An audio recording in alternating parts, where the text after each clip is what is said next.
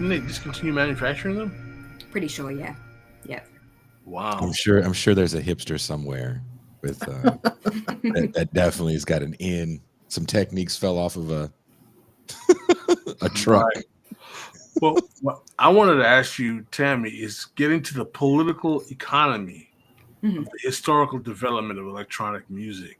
I mean, we talked about this with Jeremiah, but can you frame your narrative on the role of political economy in the development of how electronic music comes about in the early 70s, late 60s, after this kind of shift, global shift?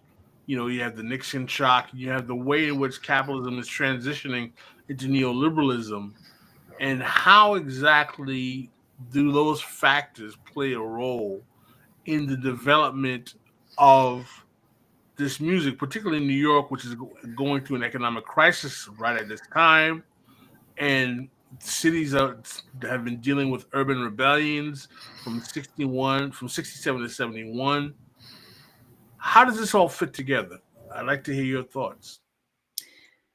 Well, I should say that, the histories that I took down were, in a sense, a compilation of other people's histories, right? Because I wasn't there, and I didn't use primary sources. I used the writing of other dance music scholars who have done that work and interviewed people who were there, or indeed who were there themselves. So it was more like a historiographic analysis of all of these histories that kind of coalesce around New York, Detroit, Chicago, later Berlin, other places, the UK, Ibiza, etc. In terms of how all of those factors that you mentioned contribute to the scene, I would say that the fact that people were, for a while, able to go to these underground, unlicensed venues and put on parties relatively undisturbed, or, police left them alone, right? Like, you were able to run these events and people in the cities knew about them. Like, people in New York knew about the underground clubs in New York. If they were in that world, they knew about them, and you could go, and it was a safe place to go. But at a certain point, when the property prices went up, and when residents started to try to drive out those kinds of events and venues, that stuff just started to shut down, because it became a kind of it just became impossible. You couldn't do it. It was too repressed, too suppressed.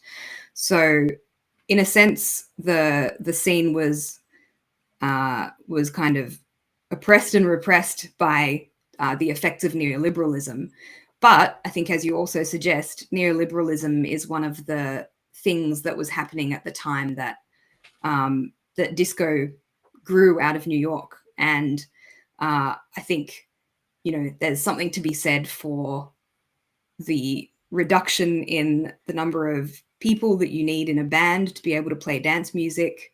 So we're talking about things becoming more affordable, or perhaps that, venues or promoters can profit more. You're talking about an environment where people are looking for, entertainment that allows them to completely escape the nightmares of their working lives and their non-working lives. And, in many respects, the environment of the all-night dance floor is a sort of like a perfect place to escape from all of that, but it's also kind of a place where all of that coalesces at the same time. Tucson, did you want to add something to that? Not at the moment. You always have to add something whenever I ask you if you have to add something. I know, but like sometimes I can't. I was very interested in Pascal's line of questioning. Counselor, would you care to continue? Yeah, No. There you go. Look at him. He No, got so no excited. problem. Listen, it's not often that we have someone who's an actual scholar Right. popular music genre that not only influenced not only everyone on the show, but is so particularly crucial to the history of this 50-year period. I mean, dance music is a big deal.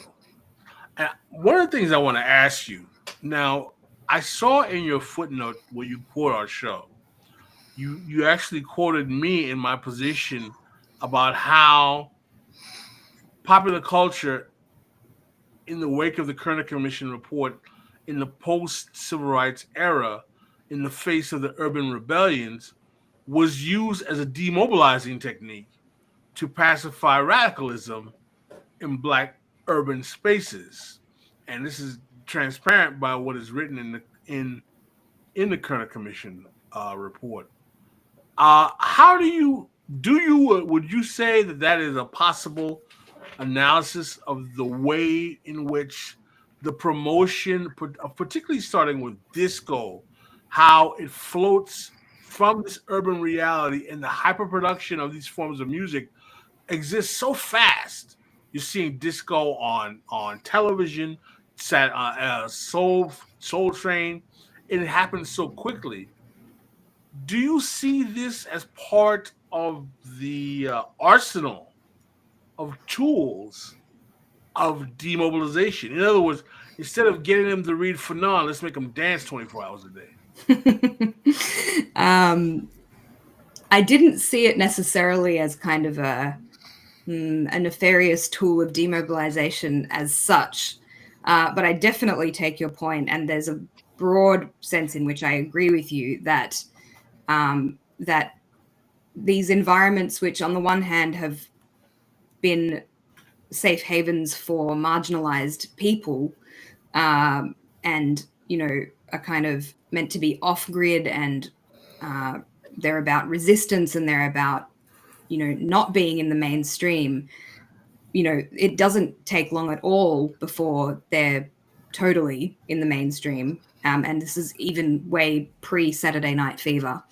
Of course, people always talk about Saturday Night Fever as being a kind of moment where, disco sort of exploded into the, globalized consciousness. That was late in the game. That was late in the game. Yeah, late 70s, yeah.